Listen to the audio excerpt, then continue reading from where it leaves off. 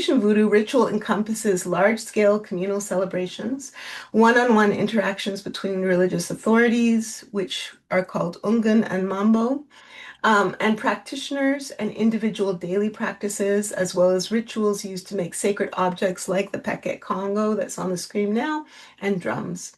Although there's an all-powerful God in voodoo cosmology called in Haitian Creole bon Dieu or bon Dieu, most rituals focus on serving or interacting with the Loa.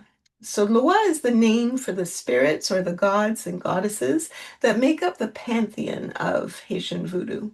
Loa are ordered into four nations or nations, and each Loa has a corresponding Catholic saint associated with them. So most voodoo rituals are focused on deepening the relationship between the practitioner and the loa, or the practitioner and their gods. Communal rituals take place, when possible, in an onfor or a temple.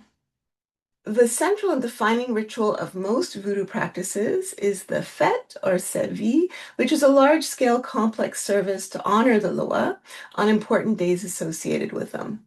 These rituals involve ritual art practices, from the drawing of veve or line drawings on the floors and walls that act as portals for the spirits, to the use of sequin banners and complex costumes. They also involve food and drink, with each loa demanding their favorites. And of course, these large rituals involve music, drumming, dance, and the most striking element, which is possession.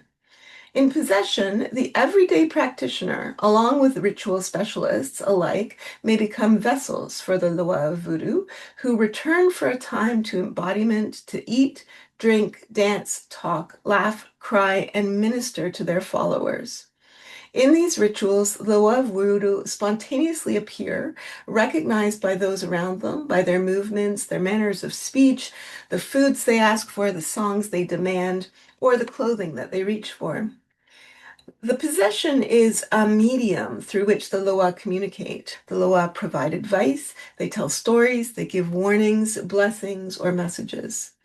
Possession is not about the possessed, but about community. Through possession, the community receives a form of communal counseling.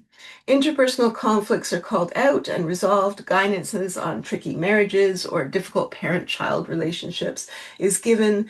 Warnings about impending environmental, social, or even political dangers are shared and discussed, and plans are made. The Loa, through possession, intervene directly in the health and well-being of practitioners. So while attention is paid to individuals in the rituals of voodoo, in voodoo, well-being is never just individual, but is always found in relation to community, but also in relation to those gods and goddesses, to the ancestral and spiritual networks of affiliation. Large-scale rituals are complex and come with risks. Practitioners and ritual specialists alike must know the proper songs, the proper drum rhythms, the food, the prayers, and a host of other practices to interact safely with the Loa, to give them their respect, and to make sure that those who have been possessed can return safely to their body. So given all this focus on the proper way of doing things, it makes sense to call voodoo an orthopraxic religion, so a religion that is focused on practice. But like syncretism, that term comes also with some challenges. There are a lot of different types of voodoo lineages in Haiti and in the diaspora, so what counts as proper practice, for example, in the north, is significantly different from what counts as proper practice in the south. So the term orthopraxic applied to voodoo as a whole risks implying that there's a single proper way to conduct voodoo. In addition, the term orthopraxis inevitably embeds the sort of dualism that we hear in Abrahamic religions. So in religions like Christianity, which talk about the distinction between orthodoxy and orthopraxy. And that implies that orthopraxic religions, like voodoo, lack theology. But belief in the presence and agency of both bon Dieu and the Loa, belief in ancestral connection and responsibility, and belief that ritual can shape relationships is central to voodoo. And most significantly, the term orthopraxic doesn't capture the intersection of voodoo with Haitian history, and particularly with the legacy of Haitian Revolution, colonial resistance, and the way in which the religion both remembers the horrors of slavery, colonial and post-colonial history, and offers a complex system for community care and healing.